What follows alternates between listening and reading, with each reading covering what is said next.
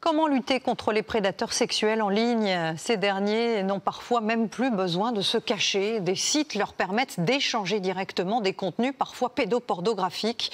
6 mois après le verdict dans l'affaire Pellico, vous allez voir qu'il est aussi surprenant d'y trouver des vidéos de femmes qui subissent des viols dans les mêmes conditions.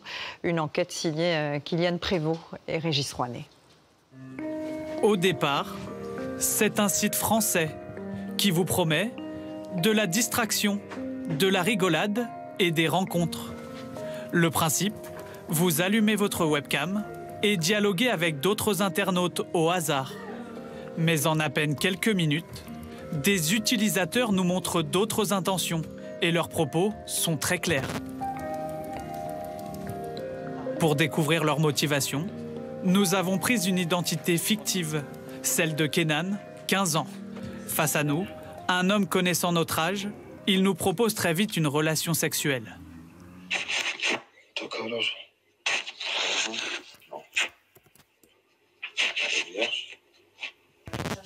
Des milliers de mineurs se connectent chaque jour. Pour rentrer sur Bazoocam, il suffit de déclarer avoir plus de 18 ans. En l'absence de modération, la plateforme est devenue un espace de rencontre de pédophiles. En plus de traquer des mineurs en ligne, ils se partagent des images pédopornographiques. C'est quasiment devenu une bourse d'échange.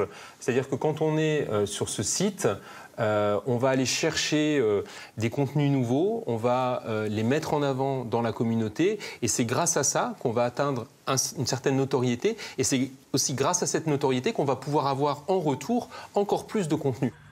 Les mineurs ne sont pas les seules victimes. Des femmes sont filmées inconscientes, droguées à leur insu par leur conjoint, comme dans l'affaire Gisèle Pellico. Vous voyez des viols à portée de clic. Il suffit d'avoir un ordinateur ou un téléphone portable et vous avez donc accès de manière libre à des viols sous soumission chimique ou des abus avec des femmes qui sont complètement inconscientes, endormies, comme était Gisèle Pellico. Dans cette affaire, c'est sur le site Coco que la victime était exposée. Cette plateforme a finalement pu être fermée après 3 ans et demi d'enquête.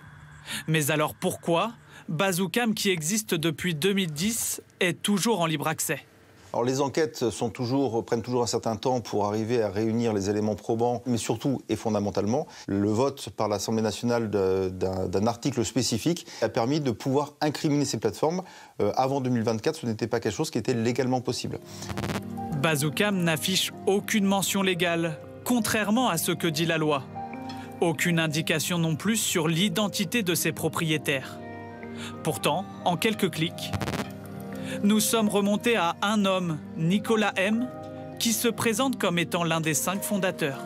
Contacté, il n'a pas répondu à nos sollicitations.